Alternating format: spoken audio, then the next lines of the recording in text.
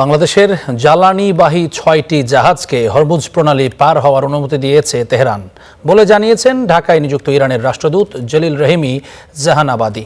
বলেন, এই পথ দিয়ে বাংলাদেশের জ্বালানিবাহী জাহাজ চলাচলের কোনো সমস্যা নেই। বুধবার ঢাকায় ইরান দূতাবাসে আয়োজিত এক সংবাদ সম্মেলনে এসব কথা বলেন তিনি। বলেন, বাংলাদেশের ৬টি জ্বালানিবাহী জাহাজকে হরমুজ প্রণালী পার হতে অনুমতি দিয়েছে ইরান সরকার। এসব জাহাজকে হরমুজ প্রণালী পার হতে দেওয়ার জন্য বাংলাদেশ সরকারের পক্ষ থেকে অনুমতি চাওয়া হয়েছিল। রাষ্ট্রদূত আরও বলেন, ইরান ইস্যুতে বাংলাদেশ সরকার যে বিবৃতি দিয়েছে তা নিয়ে সন্তুষ্ট নয় তেহরান। তবে এ বিষয়ে ইরানের পক্ষ থেকে বাংলাদেশকে কোনো চিঠি দেওয়া হবে না। বলেন, ইরান প্রত্যাশা করে আগ্রাসী শক্তির ভূমিকায় নিন্দা করবে বাংলাদেশ।